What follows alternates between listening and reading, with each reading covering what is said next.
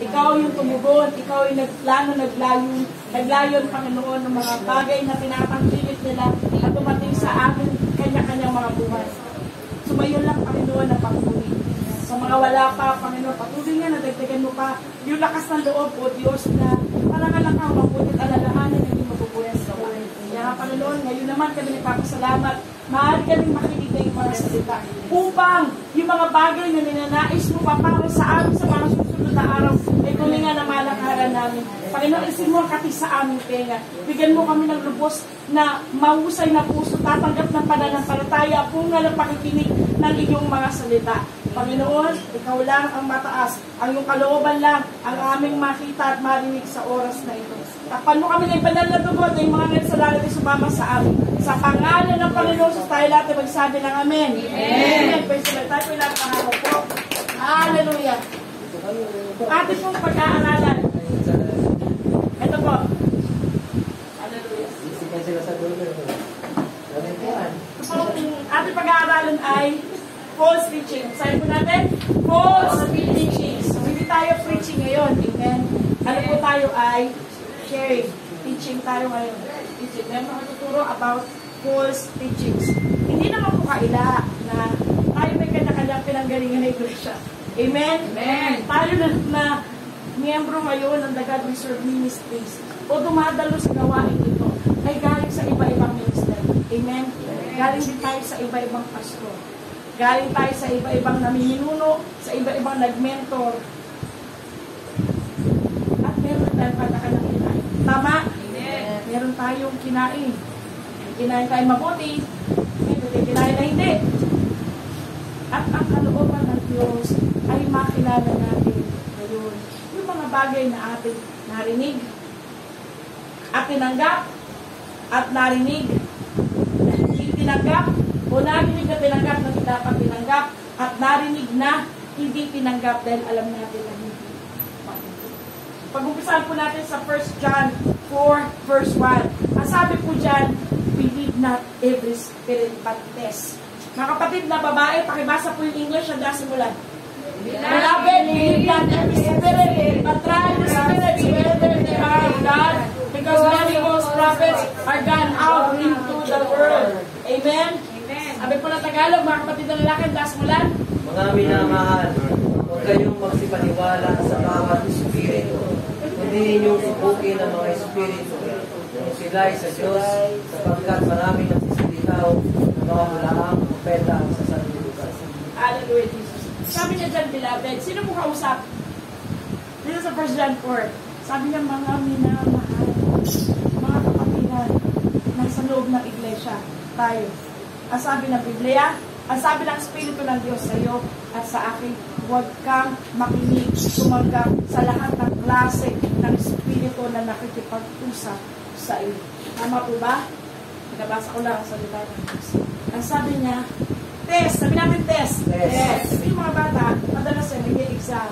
Kasi tinitingnan, di ba, kung ano ng level ng learning. Ano ng level ng alam nila. Yung level of effort ng pag-aaral na ginagawa nila. Doon sa module nila o doon sa school nila o sa kursong kinuha nila. Meron din pong testing sa spirito. Pag mo tayo nakikipag-usap sa kapwa natin, ginagamit po ng Christian. Sabi niya, test every spirit. Do not believe every spirit. But right now, I speak. Meron na sulat sa Biblia, sabi niya, mas mahusay daw yung mga taga-Berea kaysa doon sa isa pang klase ng mga mananampalataya. Bakit?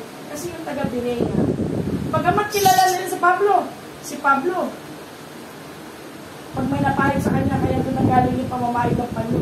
Pag may pinahid sa kanya, piece of cloth, at pinahid sa may sakit, gumagaling yung may sakit. So, kilala nila si Pablo. Hindi lang siya nagsasalita. May kapangyarihan dumadaloy sa buhay niya. Ngunit ang mga taga-Berea, hindi lang basta nakikinig. Dadalo makikinig. Uuwi sila ng bahay at babasahin nila. Kasi meron nung Old Testament na ginagamit para pagbasihan kung ang sinasabi ni Pablo ay kaya hindi na gawin po ninyo pag tumatayo ang patunayan ninyo po po nasa Biblia yung kanyang sinasabi. Sundin niyo po ito, bakit yan ang utos ng Diyos. Amen? Amen. Malalaman natin anong gaano mahalaga. Bakit kailangan? That you test every spirit. Meron po sinasabi sa unang Korinto 12, nasabi ay pagkilala.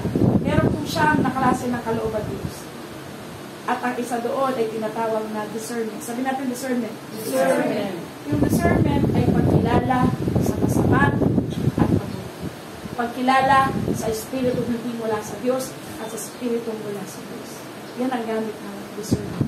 So itong 1 John 4:1, ang ginagamit ng kaloob ng Diyos ay discernment. Amen? Huwag kang bastang makinig sa lahat ng espiritu. Sabi niya, but test. Subukin mo daw yung espiritu mo yan ay mula sa Diyos. Amen? Kung mula sa Diyos, yung nagsasalita o tingnan po natin yung Colossians chapter 2, verse 8. Mga kapatid na lalaki, basahin niyo po yung English, handa simulan.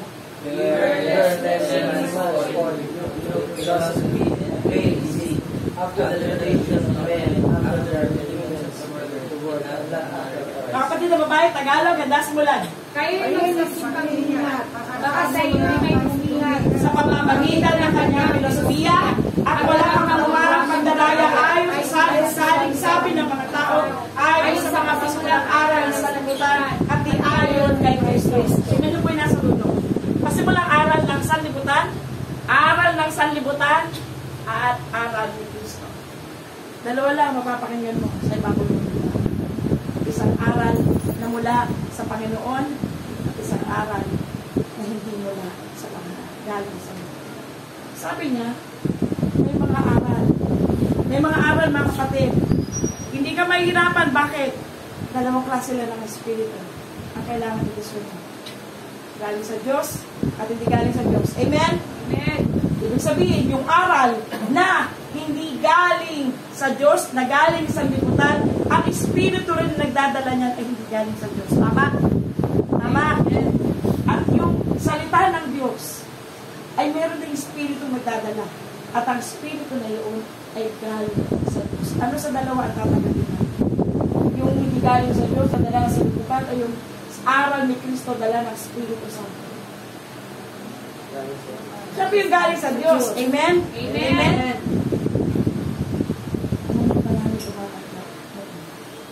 Kaya nasulat ang false teachers. Actually, hindi ko lang lagi lahat. Napakadaming verse episode. Sulat ni Pablo. Babala, warning about false teachers. Tuwing ako nananalangin, ang isa sa kailangan ko sa Panginoon, lahat ang dadalhin mo sa aking harapan. Lahat ng salita na hindi mula sa iyo na kinain nila, ipasusuka ko sa kanila. Sa kapangyarihan ng maraming Espiritu Santo. At papakain ko sa kanila. Kaya sa tanang Diyos, pagkain niyan, papakain ko sa kanila. Puro dagisan makapangyarihan sa salita ng Diyos. Na gumagana sa buong pagkatao ko na uwi. Sa pangako ko sa Diyos. Dito tayo sa false teaching. Ulitin ko, meron kasi lang aral galing sa liputan at merong aral galing sa Diyos. Hindi po sila magkasama at hindi po sila pwedeng mag-mix. Amen? Amen? Hindi po pwedeng pagaluin ang patotoo ng tao na hindi galing sa Diyos at ang patotoo ng Espiritu Santo na mula sa bibig ng makapangyarihan ng Diyos. Hindi mo sila pwedeng pagsamahan. Amen? Amen. Isusuko ka ng Diyos. Ang tawag sa iyo sa wawahan. Tawag sa iyo Lord. Amen? Hindi pwedeng dalawang aral ang kakatinan mo. Mamili ka lang. Pero sabi ng Diyos, piliin mo yung makabubulis yung salita at aral lamang. Amen? Ulitin ko simula. Kayo'y magsipag-ingat. Magsipag-ingat daw tayo. Baka sa inyo'y may bumihag sa pamamagitan ng kanyang filosofiya. Hallelujah. Ang aral ni Kristo ay hindi galing sa philosophy ng tao. Kaya nga mga kapatid, pinipili ko sa akin na kakayanan binibigay sa akin ng Diyos na hindi lang ako mag-share ng naiisip ko lang, unawa ko lang, opinion ko, hindi. Lagi kong dinadala sa inyong salita ng Diyos. Pinagbabasihan ko lagi salita ng Diyos na itinuturo ko po sa inyo.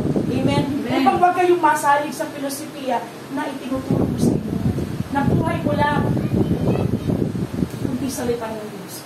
Sabi niya, magigat kayo, baka ang inyong tanggapin ay filosofiya lang ng tao at walang kapuluhang pagdaraya.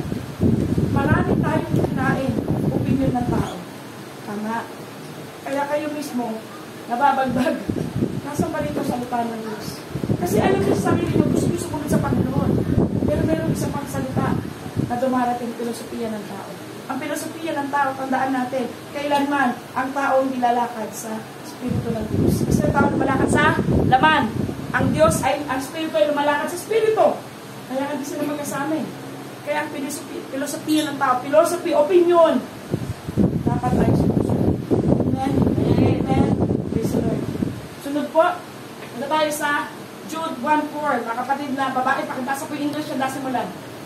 For our In our awares who were before all ordained to this condemnation, ungodly men, turning the grace of our God into lasciviousness, and denying the only Lord God and our Lord Jesus Christ. Mga kapatid na lalaki, Tagalog, ang simulan. Sapagkat may ilang taong ang sipasok ng liig, yaong mga itinalaga ng una pa sa patulak nito. Mga di banal at pinagkalisan ng kalibugan ng biyaya ng ating Diyos, na itinatatwa ang aming isang guro at Panginoon Kristo. Aral ng sanlibutan at aral ng Diyos. Ang Jude, ipinapakilala yung aral ng sanlibutan. Ito siya. Una, itinatatwa. Itinatatwa. Ang aral ng sanlibutan at ang filosofiya ng tao, makikilala mo paano itinatatwa niya si Hesus Kristo. Itinatatwa niya si Jesus ay Diyos. Itinatatwa niya yung ginawa ni Jesus 2,000 years ago. Itinatatwa niya ang Diyos ay nagpapagaling. At ang sabi, ano sila? Sila ay hindi banal. Ano ito?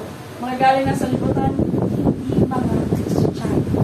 Mga kapatid, alam natin ang sinabi ni Pablo, do not be equally yoked with unbelievers. Amen? Amen.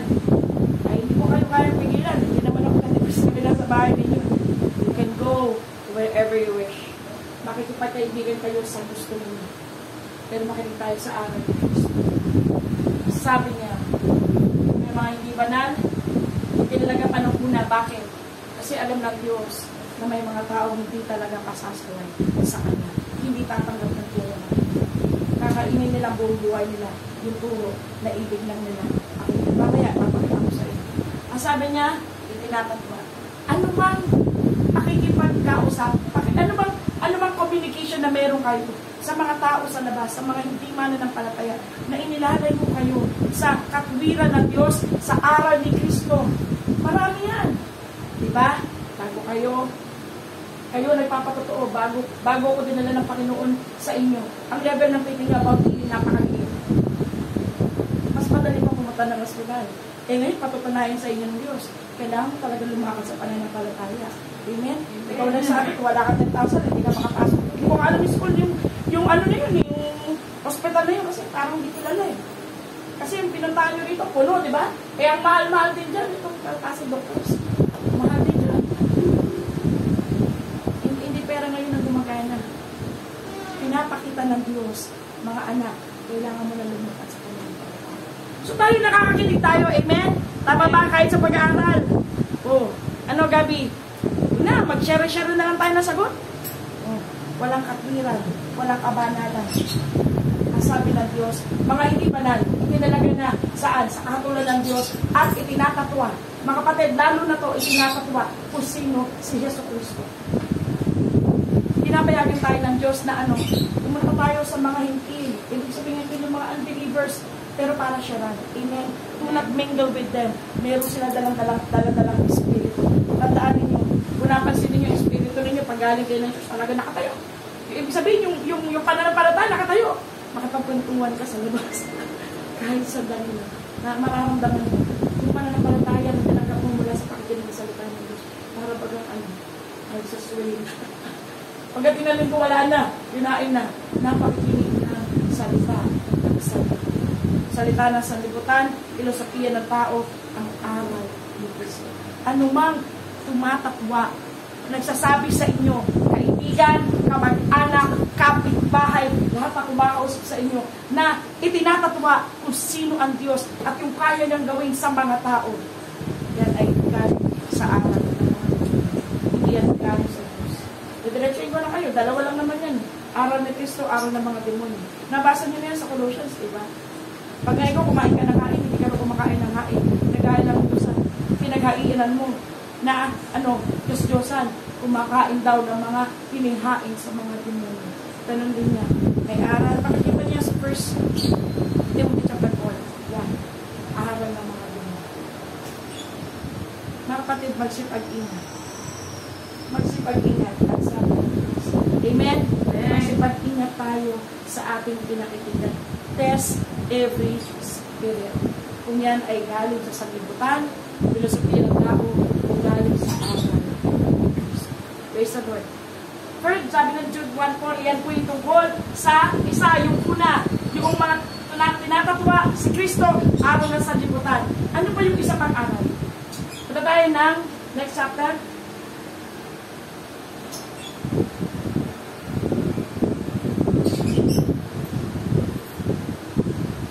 Second Peter 2:1.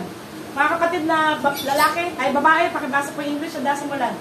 But there are false prophets also among the people, even as there shall be false teachers among you, who privately shall bring in damnable heresies, even denying the Lord that bought them, and bring upon themselves swift destruction. Mga kapatid na lalaki, dasa mo lang. Ngunit may magsitaw naman sa bayan ng mga bulang propeta.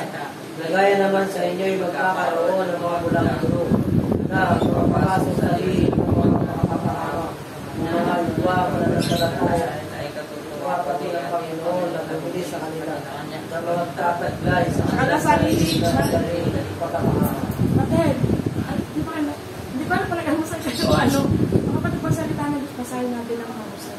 Amen? Amen? Amen. Sabi nyo, hindi kayo gagawin ka ng tama yan. Recital eh. Oh. Ngunit may nagsilitaw. Sabi natin nagsilitaw. Nagsilitaw. Okay? Hindi naman sa bayan ng mga bulaang propeta. Sabihin po natin, bulaan. Bulaan. Yung false teachers. So yung false teachers, ang dala nila ay false teaching. False doctrine. Propeta, nagaya naman sa inyo magkakaroon ng mga bulaang guro. Tingnan mo na natin yung bulaang propeta. Propeta. Ang propeta ba ay lingkod ng Diyos? Oo. Nasa 5 opisina yan. Apostol, propeta, evangelista, pastor, at mga guro. Nandito ako. Pero may 2 klase ng propeta. Propetang galing kay Kristo, pinadala ng Diyos, at isang bulaan.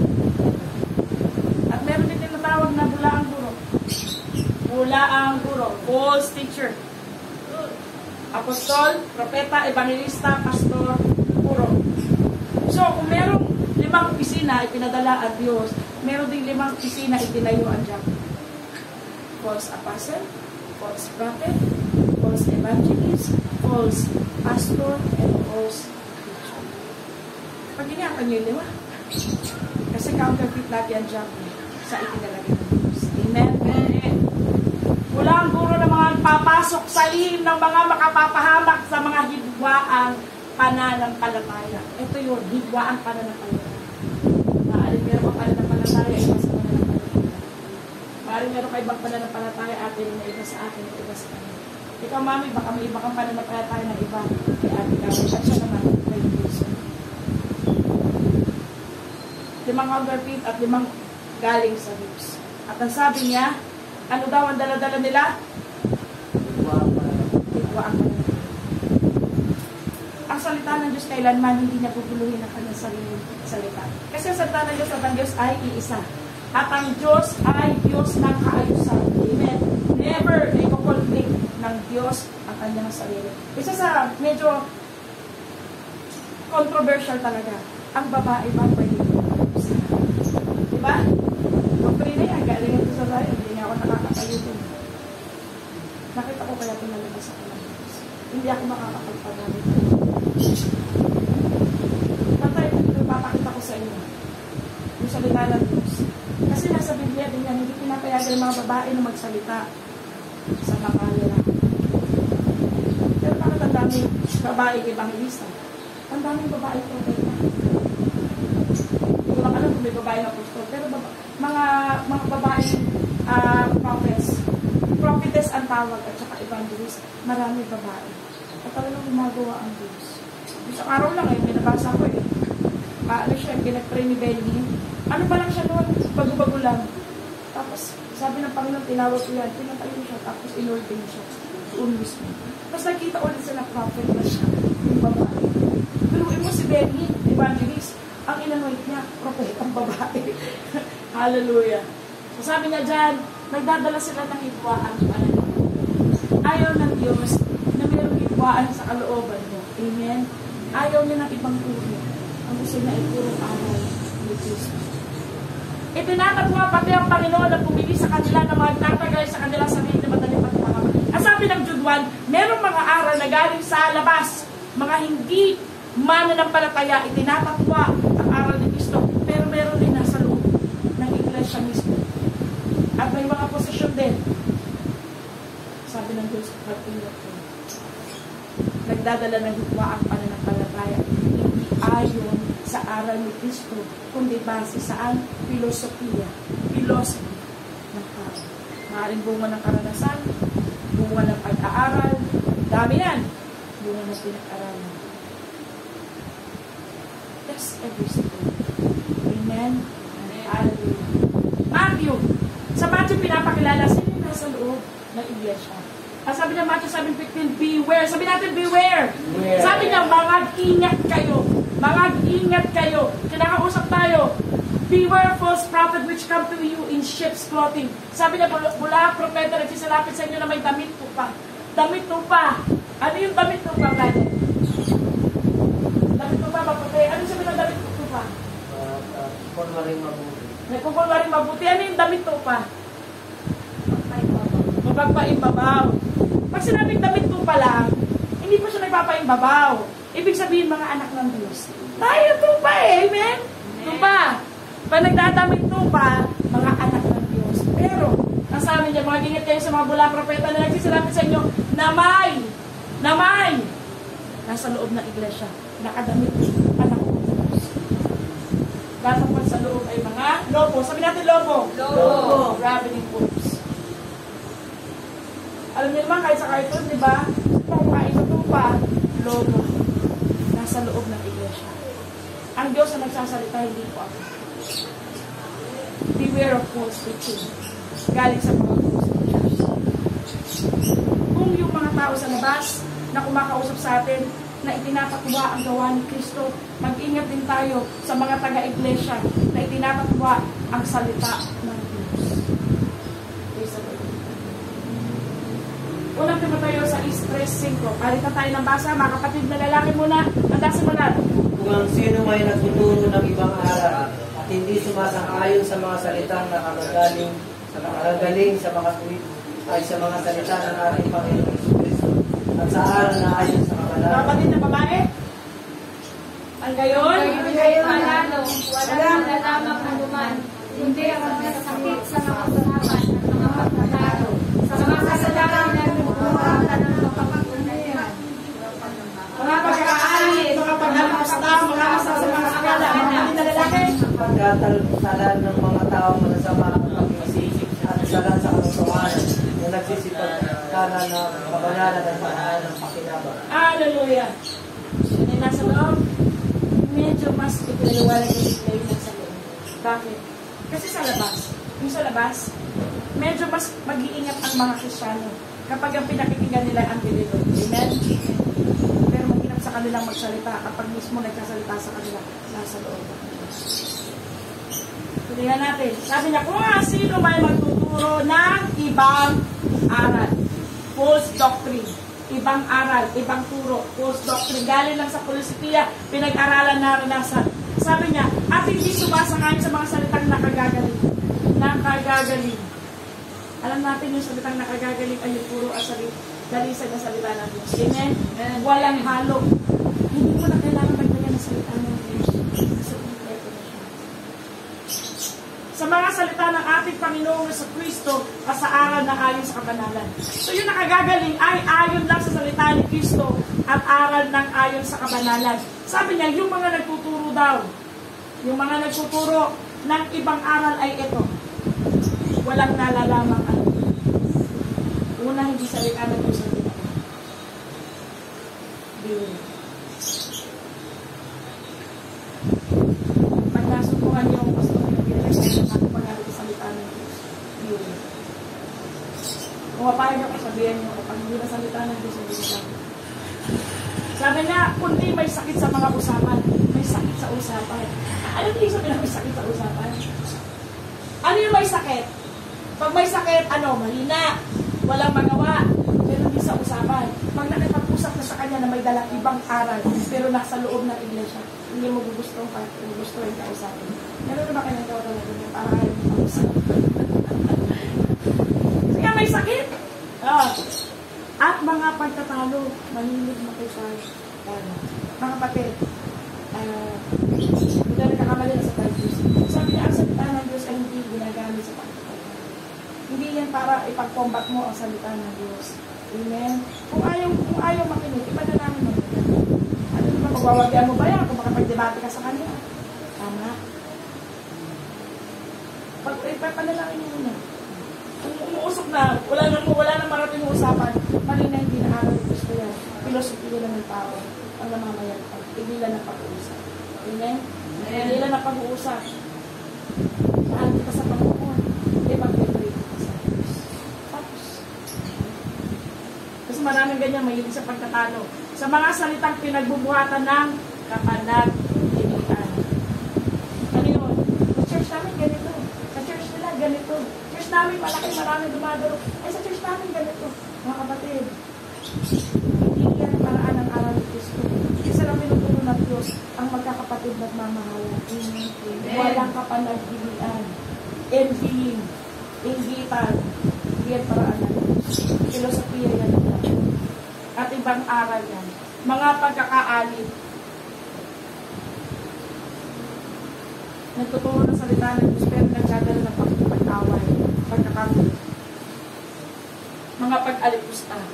Kaya mga kapatid, alam ko, meron kang mga na-encounter na mga lingkod ng Diyos pero hindi maayos. Huwag niyo po sila kaalipusta.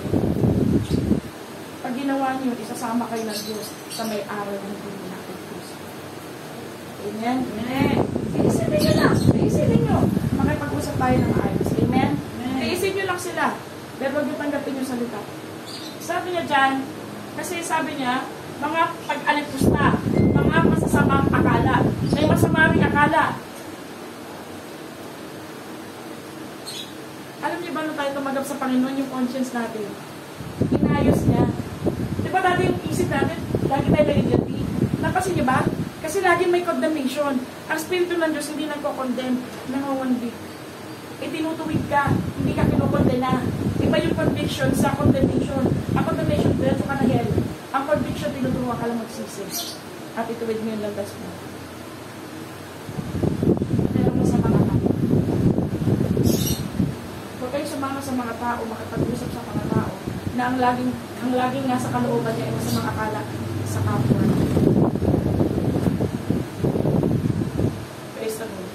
Pagtatantalan ng mga taong masasama ang pag-iisip at salat sa katotohanan na nagsisipag-akala na ang kabanalan ay paraan ng Panginoon. Itong part na to, pupunta ko rin sa church. Alam niyo Fort Watch? Ay, tumigan na eh. Bawal na kasi. Nilangin ng di mo sa palengke. Di meron pag-opening. Fort Watch yun. Ganun niyo to. Banalan ay paraan ng Panginoon. Ang ginagamit nila, Old Testament. Sabi niya, kahit saan, mangingi kayo. Iba naman gamit ko eh. Old expensive or hindi na gamit ko. Dapat ako galing sa malinis na kamay. Amen. Amen. Kung sa Lord yung magagaling sa malinis na kamay, dapat sa loob ng iglesia. Kaya na, ano ba ginagawa? Nag-pray muna bago nag-open. Tama ba? Tama ba? Bakit sa palengke ba, pag ba iminginihan mo yan, yung offering ba nila, tatagapin pa ng Diyos? Dumarating lang po siya saan? Kaya kahit mga unbeliever ko niya, kaya hindi natin ginagawa. Pero ginagawa ng iba natin kapatid na ibang pananampalataya. Dala ng pananampalataya galing sa filosofiya. Binabasa nilang Biblia, may interpretasyon na. Ininterpret noong, nagtuturo sa kanila. Ang nag-i-interpret lang, Holy Spirit. Amen? Amen. Ang pwede natin gawin, magbasa at makinig, pero interpretation galing sa Diyos. Galing sa Diyos. Kaya nga mga kapatid, kahit na wala, kahit na, halimbawa, may tanong kayo, at hindi tayo makapag-usap. Sabi ng Biblia sa may 1 John, hindi ko pinakailangan turuan kayo naman, sapagkat sapat ang Espiritu Santo para turuan kayo. Amen? Ang Espiritu Santo hindi lang yung nagtuturo sa apostol, propeta, evangelista, pastor, guro, hindi. Ang Espiritu Santo ay para sa lahat ng kanya. Amen? Amen. Kasi lahat ng tumugon sa Diyos, gusto niyang i-qualify. Hindi maka-qualify ang sino man, makabatang nandito, kung wala kang Espiritu ng Diyos. Kasi una-una, hindi mo maiintindihan ang salita ng Diyos. Paano ka susunod? Sige nga, bigyan ka instruction in Chinese. Mister, maintindihan mo kaya? Ito sabi lang doon, walk. Walk lang pala yun, pero chong. Diba? Ang character Chinese, hindi mo mabasa. So, hindi mo maintindihan. Kahit madali lang, pero hindi mo maintindihan. Wala ang kabuluhan. Kaya nga dapat ang nagpapaliwanag ay Espiritu Santo. Isa pa sa dapat sinicheck, dapat ang Espiritu Santo. Amen? Kasi siya lang yung gumagawa ng discernment. Siya lang ang pwede mag-operate ng pagkakilala. Tama? Praise the Lord. Next chapter. Punta pa rin tayo sa mga false teacher. Dito pa rin tayo sa 1 Timothy. Sabi niya, Timoteo, si Timoteo po ay bunga ni Pablo. Si Timoteo ay isang batang pastor. Batang pastor.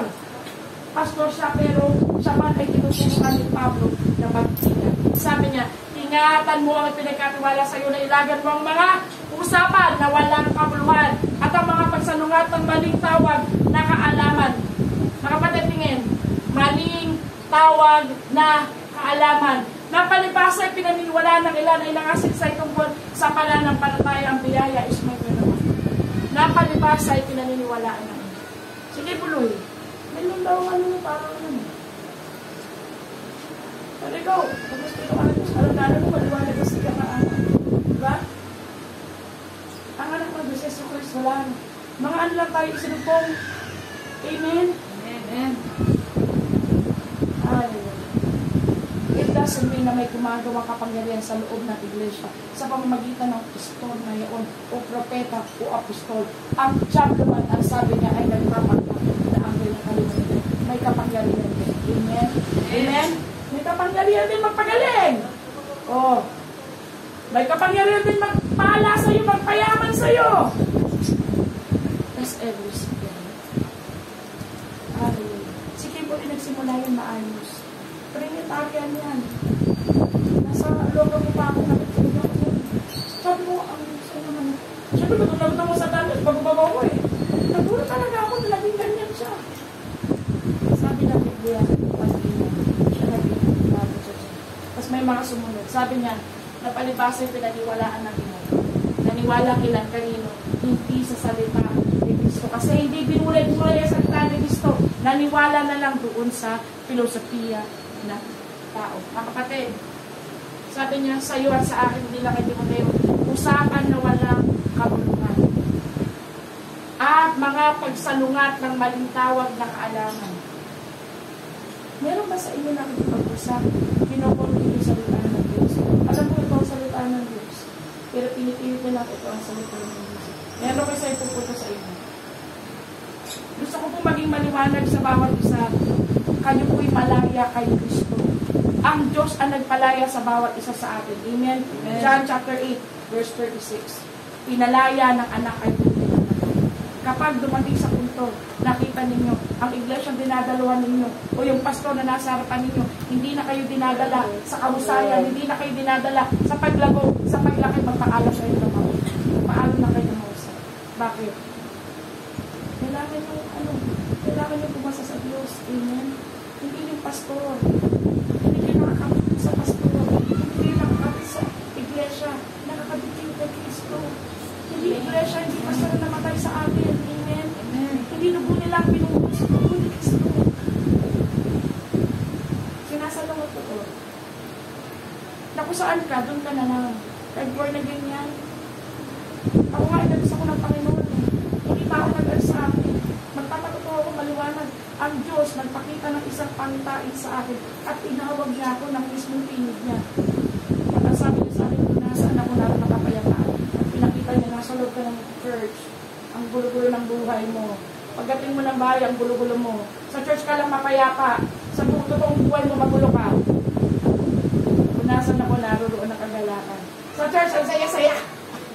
Lagi may fellowship, lagi may eating fellowship, lagi may outing.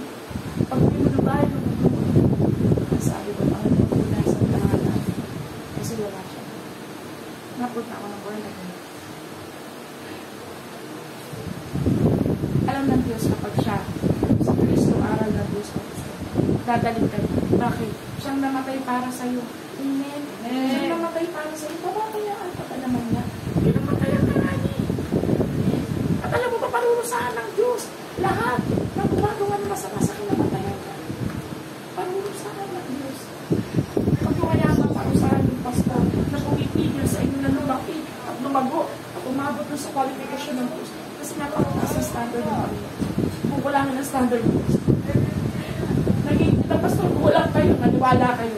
Why? Napakahirap magsaway. Amen? May time, hindi pa nga masaway ng buo eh. Nananaway, konti lang. Baka mag-iwalay na eh. Wala na mag-support ng church.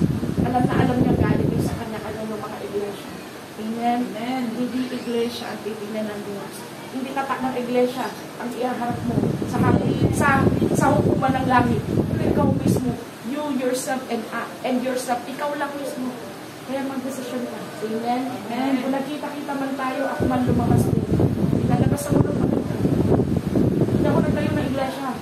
Matagal na akong pinapayuan ng mister ko, sabi ko, walang maliwanag ang pinig, magkakawendang-wendang to. Pero kung magtatayo na lang, ganyan lang pa magtayo ng iglesia. Hindi, kaya sumalit kami sa iyo. Paakot kami sa iba kasi kailangan natin maglingkod. Dahil wala pa akong pero dumating ang pandemic. Dire-diretso siya. Nakita niyo ng video nitong bahay na to, parang ewan. May sampay dyan. May rep dito. Ako sa gulo-gulo, pero ang session na to. Sabi ko nga, kaya nung naupo ako dyan, alam niyo ba, sabi na tanggalin mo yan. Tinuturo niya talaga nila patanggal kasi may nakasabi dyan mahaba eh. Sabi ko sa kanya, tanggalin mo daw yun. Hindi mo kaya, baka yun eh. Hinigay na ako instruction hanggang sa naging ganito. Ang naiintindihan ko, pag nandoon ka sa road, doon sa daan ng Panginoon, makikita mo lahat ng adlang aalis. Amen? Amen? God is not unfair. Dadalhin ka niya sa isang plano, hindi ka niya tutulungan. Pabayaan ka niya sa lahat ng mga problema mo na hindi mo naman kaya lusutan. God is not unfair. At ang aral ng Diyos, hindi mabigat. Ang sabi mo, magaan. Amen. And ito yung aral ng sanlibutan. Aral ng filosofiya na mga bula ang puro, bula ang propeta, bula ang pastor. Kapag mabigat sa inyo ang turo ni Kristo. Kasi hindi siya mabigat. Amen. Kasi dapat dahil na kayo sa aral. Kailangan yung tumaan naman sa pagsuko sa Diyos. Kaya mahirap kasi hindi sinuko ang buhay. Sumunod lang. Sige, punta kayo doon. Mag-share kayo. Ala, pinahayo na ng pinahayo, di ba? Hindi mo na inayos sa sarili. Sabi ko sa inyo, mami, may pinuntahan ako doon. Ang Muslim Arcangelize, talaga namang walang iya-iya. Oo, talagang pinagmamalaki ang Panginoon sa kalsada. Galing pang Bicol yun, mga batang ano. Alam mo ba, nag-prayer band kami? Sabi ko lang, Panginoon, bumaba ka. Alam mo ba na isa yung dalawa? Dito ko nga lang nalaman yung tender sa akin ng Panginoon. Na meron palang mga lingkod Diyos sa Diyos. Bakit work ka rin? Lingkod ng Diyos yan. Amen? Nagtuturo sa akin, nalingkod lang ng Diyos, yung pastor, hindi. Servant of God din yan, bakit? Pagmano ka ba sa Panginoon? Makikita mo, may name ka, pastor? May name ka, pastor? Ang name mo lang, anak ng Diyos. Isa lang ang name mo, anak ng Diyos. Ang gagawa ng Diyos. Sa lupa, magkakaiba tayong dito. Sa harapan, hukuman na lang. Anak ka ng Diyos, so hindi ka anak ng Diyos. Servant of God. Kaya nga yung aral ni Kristo dapat kainin mo. Amen? Amen? Hallelujah! Praise the Lord! Magaling ng puyat dyan! Pakisunod. Dito sunod po. Romans 16:17. Hallelujah! Pakibasa pa mga kapatid na lalaki English. Das mo lang. Now I beseech you, brethren, pardon which prosecutions and offenses contrary to the doctrine which you have learned and proven. Oh, hallelujah! Basahin naman mo yung dulo. Avoid them. Sabi natin, avoid them. Avoid them. Ano po sabi? Avoid them.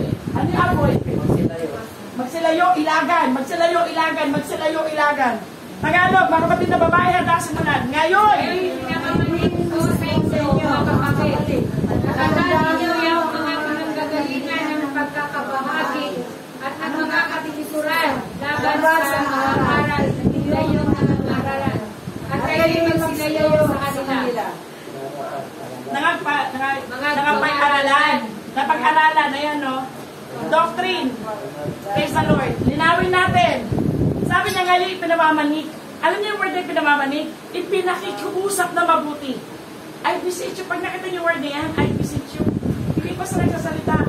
Si Pablo, ang sabi niya, nakikiusap ako sa inyo ng mabuti. Kasi si Pablo talagang espiritu ng Diyos ay sumasagot. At ang espiritu ng Diyos ay ang dala-dala niya lang ay pag-ibig. Ang ibig niya sa mga banal, manatiling banal. Ang pagbabalik ng Panginoon. Kaya ang sabi niya ngay pinamanan ko sa inyo, mga kapatid, natandaan niyo, mark them. Tandaan niyo, mark them. Hindi ko to doktrina, salita ko ng Diyos. Timothy, mark them, tandaan niyo. Yaong mga pinanggagalingan ng pagkakabahabahagi. Sa muna, pinanggagalingan ng pagkakabahabahagi. Ano bang pagkakabahabahagi? Ano di ba isa sa pangarap ko, ako na gusto kong pagdala sa akin ng Panginoon, ayoko nang mayroong division. May lugar ng mayaman, may lugar ng mahirap, may lugar ng mahuhusay, may lugar ng hindi mahuhusay, may lugar ng magaling magsalita, may lugar ng mga hindi nagsasalita. Hindi po. Kung mababasa ninyo sa Romans, yung mga wala daw, ay gaya ng mga meron. At yung mga may sobra, ay gaya ng meron lang. Sa iglesia, ang ginawa ng Diyos ay pantay-pantay. Pantay-pantay. Kaya mga kapatid, ngayon inaayos tayo ng Panginoon. Ngayon kakaunti tayo. Alam ko, nararamdaman niyo wala kayong division. Tama? Nararamdaman niyo wala kayong division. Ano yung pag-division, di ba? Nanggaling kayo sa malalaki Diyos, lalo na yung isang absent. Si Bano, sabi niya parang katitral daw yung pinagalingan. Head pastor ng malaki church yung po yun. Nanggaling yung malaki church, by grace, malaki talaga yun. Libo rin lang yan. Nagkita-kita kami ng libo. Pero dahil hindi kami tinayagan na lumabas, yung isang doktrina na kinain namin. Ang doktrina ng dalilipas na po. Nakikita mo ang puno sa pagkakitaan namin. Kung ang nalakaran ay aral ng Diyos. O pinusukilan namin. Naalala ko yun at puro siya. May sukat na yung damit. 6 inches. Kaya pastora ko, umalis yun eh. Bakit? Hindi lumagpas ng 6 inches eh, pastora. Diba alam mo yung story nun? Hindi siya pinapasok kasi kulang ng 6 inches from the floor. Mga kapatid, na-open ba kayo? May silbo ko. Lumilipat eh. Ang nipis na eh. May mga churches bawal ba? Pagkakabahabahagi. Pagkakabahabahagi. Ang aral ni Kristo dapat ay pag-aralan mabuti sa tulong ng Espiritu ng Diyos para yung tayo. Amen? Amen. Kaya okay lang, para mag-silmok natin. Pag pumasok ka ng wanas pala, wala kang crown of glory, pinuto mo na may shampoo mo. Nakapantalong ka pa. May pinupuntahan ako, hindi ko kasi ganong naintindihan ang doktrina nila. Nagpapaalam ko kapag kasi nagturo ko isa, nasot ko maluwag na pantalon. Kasi nga sakay kami tricycle. Dala namin gitara at keyboard. Pero nung pangalawa, kasi lagi ko nakikipagos sa Panginoon. Panginoon, ayoko nakaka-open. Lalo na kapag kapatiran. Lalo na kung may sariling doktrina. Kaya kaya ko makipagpayapa.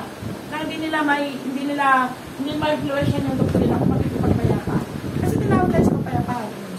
Kung wala ko nakikita rin babang-ganon doon. Mga kapatid, meron po kayo ng Espiritu ng Diyos. Siya mismo mag-aayos kahit ang kahit kulay ng buhok. Kahit gupit ng buhok. Hindi ko na, sa totoo lang yan, hindi ko dapat tinuturo na yan. Amen? Pero sa ibang churches, may pagkakaparatuhan. Kaya ang katawan ni Kristo, yung kamay, iba ang itsura ng kamay sa paa. Paano sila magkakasundo kasi magkaiba? Di ba pag lumabas? Kami no, sa Save by Grace, pag tinignan mo mukhang mga pastor lahat, Kasi mga nakapolo. Pero pastor yung mga may necktie. Sabi ko, baka may nag-necktie. Kasi din mo, pinipilit ko, nasabi ako na magsuot. Sabi ko sa akin, basta yan yung best mo. Na hindi ka nakukonsensya na yan ang isunod mo sa harapan ng Diyos. Hindi ka nakukonsensya, umayapa ka sa suot mo. Amen? Pero kung feeling mo, hindi mo suot ang maayos, sa susunod bumawi ka, magsuot ka ng maayos. Amen? Ewan ko sa kanila, tinitisa lang sobrang init na nakanektay. Mga kapatid, hindi nakakabanal ang nektay. Kahit nakanektay ka niyan, mga prayer life mo, wendang-wendang, ewan ko sa'yo, bahala ka sa nektay mo. Meron ko na gawala ka ng... Kung gusto nilang malamit ng maayos para sa Panginoon, magandang desisyon yan. Amen? Pero hindi maaaring ibigay mo sa iba. Na, kayo din, ganoon. Pinakamahalaga, higit sa lahat. Higit daw ang buhay sa pananamit. Higit ang katawan sa pananamit. Dapat yung katawan mo muna ayusin mo. Ibig sabihin, pag inayos mo katawan mo, susunod ang damit. Amen? Ayusin mo muna yung kalooban mo, yung buhay mo susunod.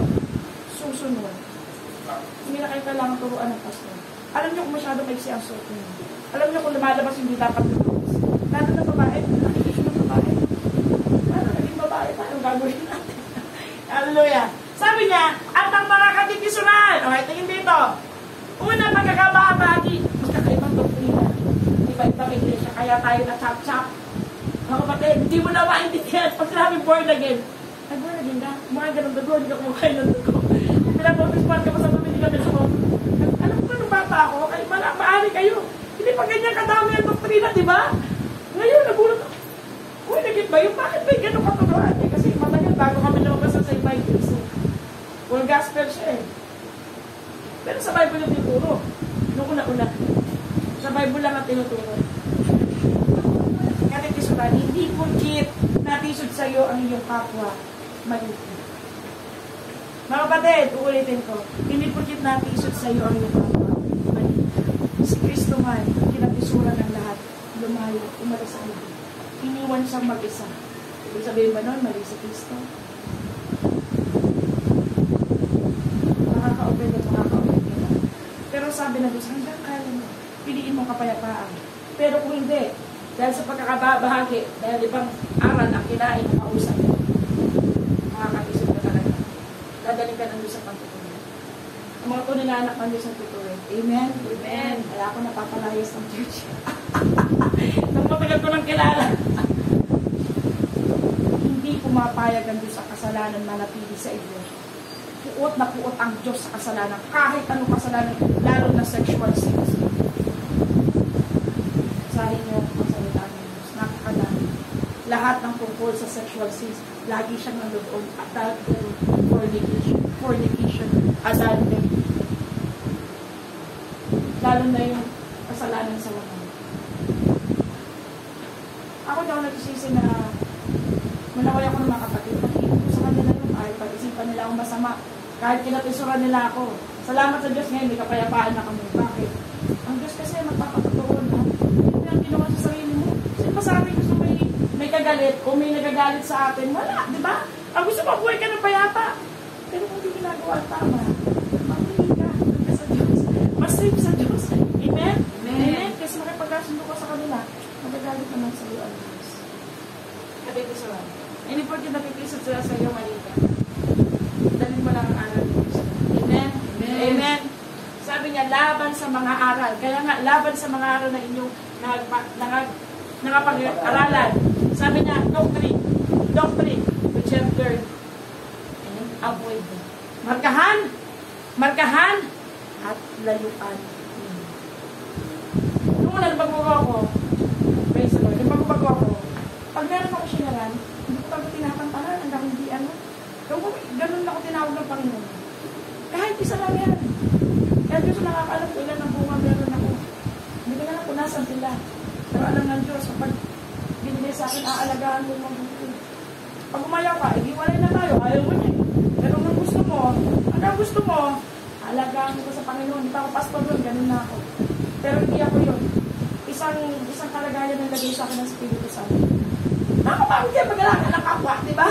Bakit? Una-una, individual tayo. Karamihan sa kapwa natin, pinamit kasundo. Bakit? Individual yan kasi tayo eh. Pero sabi na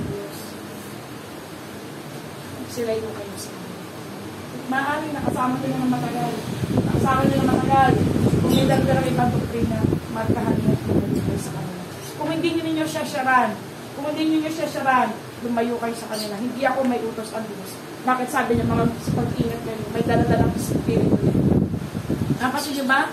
Ang isang church, pag gumalaw, kamukha ng pastor, kasi pinakamalakas yung pumatay. Dala-dala. Pero mga kapatid mulat sa puno yung mga nauna. Mulat sa puno, sinabi ko sa inyo, pag hindi nagaling sa salita ng Diyos, ang narinig. Ingat talaga kayo, magpaalam kayo, ang magsabi na, hindi salita ng Diyos. Hindi madali lalo nakapag-ibig ng Diyos. Ang hirap talaga. Mahirap. Inyata kapag dito sa ulo. Kung lang din ako, ilang pastor lang. Pinalita ko na tanong para lang mag-ibig. Kung ako lang ayoko. Walang karapatan. Mga pastor, mga dito ng Diyos. Kaya naramdam ako, nagalit talaga sa akin ng Diyos. So siya'y namatay para sa akin. Nagawin ko naman. Huwag lang sa akin mag-isipan. Kaya mga kapatid, dalawang araw. Araw lang sa liputan, araw lang sa Diyos. Araw na mga pumasok sa iglesia na may sariling filosofiya at araw ng Diyos. Ikaw, brother, marami ka kinain. Yung sinasabi ko sa iyo noon, di ba? Pinapakita ko sa salita ng Diyos. Hindi araw ng Diyos, filosofiya ng tao. Gaya ng bukang gaganti. Walang excuse mo. Malaki, maliit. Parang hindi makasihan. Bukang gaganti. Amen. Kasi iwanan ka talaga ng Diyos. Ginunti mo na sarili. Kaya nga, mga kapatid, kung saan man tayo magaling, tinuturuan tayo ng Diyos. Pwede pa, may chance pa para mag-ayos. Yung mga kinain natin na hindi natin na-test, kailangan ng Diyos. Kasi kinain eh. Tama? Pag kinain mo, nilunok mo, nasa iyo na yan. Nasa iyo na yan. Pero may kapangyarihan ng Diyos kaya na ipasuko sa iyo. Ang pinagalingan ko, occultic church, mga kapatid, nalalangit sa mga libingan. Kaya marami sa amin, naniniwala ko, nagkita-kita kami ngayon, mga process. Oo, mga process. Nagpunta ko ng born again, process ako. Biruin mo, kumakapala, tumutugtog, pinipin ka. Pinagalingan ko church. Pero kilala ako ng Diyos. Kilala ka ng Diyos, amen? Alam niya ko siya talaga ang pakay mo. Alam niya ko ang Diyos ang pakay mo. Hindi fellowship, hindi pakikipagkaibigan. Hindi si Kristo. Yan ang batay para sa iyo. Hallelujah. Romans 16:17. Next chapter. Praise the Lord. 2 Timothy. Ito na po yung pangalawa sa huli. Mga kapatid na lalaki, pakibasa mo yung English, pakibasa mo lang. For the time come, when the Judeans will Sound stand up, doctrine. but after their own lust, Shall they live? and themselves peoples, and having itching ears, and they shall turn away to hear from the truth, and shall return unto faith. Unto people, mga kapatid na babayan, nasimulan sapagkat darating ang panahon na hindi nila titiisin ang pagaling ng aral. Kundi, pagkakaroon nila ng katinang tenga, ay magsisipagbuntun sila sa kanilang sarili ng mga gurong ayon sa kanilang sariling mga masasamang pita at iniwalay sa katotohanan ang kanilang mga tenga at mga ipapaling sa hakal. Makakatintenga. Ang sabi ng Diyos, ang aking salita hindi mabigat. Totoo yan. Kasi yung Espiritu Santo pag nasa iyo, magagawa ko na ang mga bagay sa pamamagitan niya ng tatapos sa akin. Kaya sabi niya, ang salita ko hindi mabigat. Pero sa mga mananampalataya, iniwalay ng Espiritu Santo, ang natin ay magagaang natin. Yung kaya lang gano'n. Pag hindi na nila kaya, ayaw. Ang Diyos ang sa buhay. May mga kapatid na tinutuloy. Hindi nila malunok yung salita ng Diyos. Kaya ano, may wala. Kasi ibang gusto. Pero sa dahil tumadalo ito, sinaway ko about fornication. Hindi pa kasi siya kasal, kaya fornication. Pag-kasal ka na, adultery. Ayaw kasal. Ang Diyos mismo, biniyaga siya umalis ng church. Why? Nakakahawa kasi na. Palagay mo ba, papabayaan ng Diyos yung marami dahil lamang sa isa? Gusto yan, patayin mo. Yes. Kasi yan basta, kapag kasama mo sa church, ganyan lang, nag-usap. Every time nakikipag-usap ka sa hindi maayos, sinasalo mo yung spirito niya. Mga kapatid. Hindi ako magpamalaki. Pero alam ko kapag maayos ako, gusto ko nakikipag-usap ng mga kapatid. Kapag maayos ako, kapag daladala ko Espiritu Santo ng Diyos, gusto ko lumalabas sa nakikipag-usap sa buhay, I believe in transference of spirit. Pero marami tayong kinuusap, diba? Hindi maayos. Pag binasa mo salita ng Diyos, iba yung salitang daladala. Sapagkat darating yung panahon na hindi nilang iisin.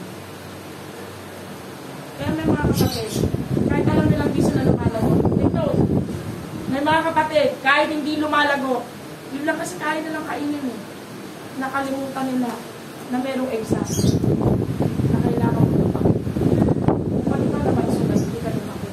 Huwag mo sisisihin yung church na pinagtikitan mo. At yung pastor na dinikitan mo nun. Kanya-kanya na pagdating na mo na kasi hindi matiis ang aral. Hindi matiis ang aral. Napagbintangan ako, napagkaan ako na ang waraw ng miyembro. Yayaman ko ba ang miyembro?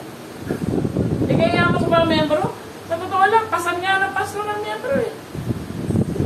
Ilang oras ko kayo manalangin. Panaginip pa, dala-dala niyo yung panalangin ng kapwa ninyo. Ako ba, dinadalangin niyo. Ngayon talaga mas naiintindi ako yung pagiging pastor, dinaan ng mga pastor na nagturo sa akin. Gusto talaga mo? Gusto mo naman pahinga. Gusto naman pahinga. Pag nasa loob ng bahay, sinabi sa Diyos ko, sabi mo, mga time talaga, nakaigana po ako, nakapag-pray na ako. Nakaigana ako ganyan. Sabihin ko, kumusta yung mga nasa sa gabi? Titignan ko, naka-online naman. Pero mga kapatid, sabi niya, yung mga ayaw makinig ng tunay na salita ng Diyos, mga salitang mararangal at magagaling, magkakaroon ng kati sa tenga, kati ng tenga, magsisipagbulton sila sa kanilang sarili ng mga guro. Sila mismo pipili ng guro. Ang sabi ng Jeremias 3, mga pastor na galing sa Diyos. Ang Diyos dapat magbigay doon sa mga kawal ng pastor. Hindi ang mga miyembro ang pipili ng pastor para sa kanila. Amen? Amen. Baliktad yun. Magsisipagbuntun sila sa kanilang sarili ng mga guro. Takot sa pastor hindi makalaya. Pinapakita ko sa salita ng Diyos sa end times tayo. Lalo na mga kapatid, kung meron kayo mga kapamilya, alam niyo din sila po, magsasabi kayo. Sa kanilang sarili mga masasamang kita at inihiwalay sa katotohanan ang kanilang mga tenga at mga ibabal sa katha. Maraming churches, mga masaya, kapagay na malaking churches, pero yung mga buhay hindi nagbabago. Sabi ko, Panginoon, bilang na bilang kami sa kamay, kasya pa sa kamay yung paa. Pero Panginoon, 100% Lord. Hindi lang ako magsisika, magpipilit ako, Panginoon. Na walang maiiwan dito pag nag-rapture. Pag nag-rapture, pinagpupuyaan na ng pastor. Ang dadali na pag-araw ng linggo. Final exam ng rapture. Hindi ka pwede pumili ng guro na yung kaya mo lang finisin ang araw. Araw-araw meron kong gawain dito. May prayer meeting. May prayer meeting kayo sa bahay, purihin ang Diyos sa buhay ninyo. Pero mamaya, magpapayo ko kahit isang prayer meeting at ng tuloy. Hanggang masanay na kayo na buhay na ang pag-prayer.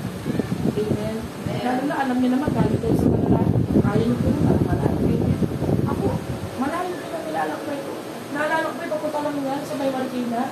Ay, hindi na. Ano pa mas mahirap, yung papunta ko ng Makati, pareho lang ata. Yung papunta ng Makati, yung madalas nakaganyan kami sa jeep. Anta, di ba may service doon, lagi kami nakaganyan. Tapos yung mga anak ko, maliliit pa, nakasabit na. Papapasukan ng konti kasi bata pa eh. Wala talaga masakyan. Ganun din sa kabilang church. Oh, madalas pa taxi. Puri na Diyos, buti na lang may pan-taxi. Why? Kasi may gawain eh. May gawain eh. Ayaw mo malate eh. O, naiya ka sa Panginoon, late na naman. Kaya gagawa ka ng paraan. Pero, Mahirap. Amen? Basta puro ni Kristo. Hallelujah. Basta puro ni Kristo. Dadali kayo na pumasa doon sa final exam. Rapture of the saints.